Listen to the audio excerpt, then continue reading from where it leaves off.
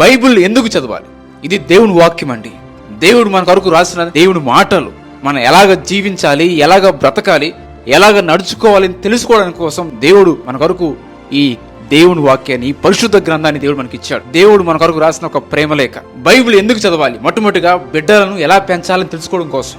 రెండోది భార్య ఎలాగ ఉండాలి అని. మూడోది భర్తను మోసం చేయకూడదని. నాలుగోది అబద్ధాలు చెప్పకూడదని, తల్లిదండ్రులకు గౌరవించాలని, వ్యభిచారం చేయకూడదని, పొరుగు వారిని ప్రేమించాలని, చాడీలు చెప్పకూడదని, నరహత్య చేయకూడదని, దొంగతనం చేయకూడదని, కామము రేపకూడదని, పెద్దలను ఎదిరించకూడదని, మందు త్రాగకూడదని, భార్యను ప్రేమించాలని, శత్రువులను ద్వేషించకూడదని, కష్టాలున్న వారిని చేరదీయాలని, చాటున దూషించకూడదని, అధికారులకు లోబడాలని, ఈ లోకపు తీర్పు ఎలా ఉందో తెలుసుకోవడం కోసం, ఆడపిల్లలను ఎలా పెంచాలని, ఈ లోకంలో మన పాత్ర ఏమిటని, మంచి పేరు ఎలా తెచ్చుకోవాలని, సృష్టికి మూలం ఎవరని, మానవ జీవితానికి గమ్యం ఏమిటని, సమయాన్ని వ్యర్థం చేసుకోకూడదని, శరీరాన్ని అపవిత్రపరచకూడదని, పెందల కడ నిద్ర లేవాలని, కుటుంబాన్ని చక్కగా పోషించుకోవాలని, ప్రతి ఒక్కరి పట్ల ప్రేమతో మెలగాలని, ఆకలిగొని వారికి ఆహారం ఇవ్వాలని, నిన్ను వారిని పొరుగువారిని ప్రేమించాలని, పొరుగువారిని భార్యను ముట్టకూడదని, పాపము చేయవారితో స్నేహం చేయరాదని,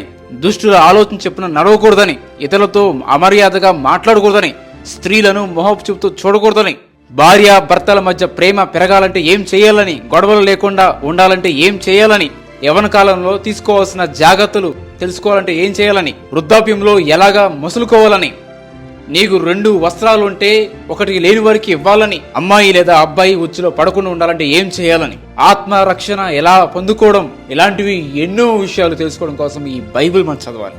ఈ పరిశుద్ధ గ్రంథాన్ని మనం చదవాలి. ఈ బైబిల్ చదివి ఎందరో గొప్పవారుగా మారి వారి జీవితంలో నిజమైన సుఖ జీవనం సాగించారు.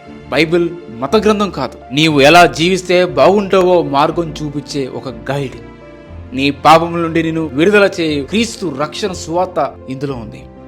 అందుకే ఈ బైబిల్ మనం చదవాలి.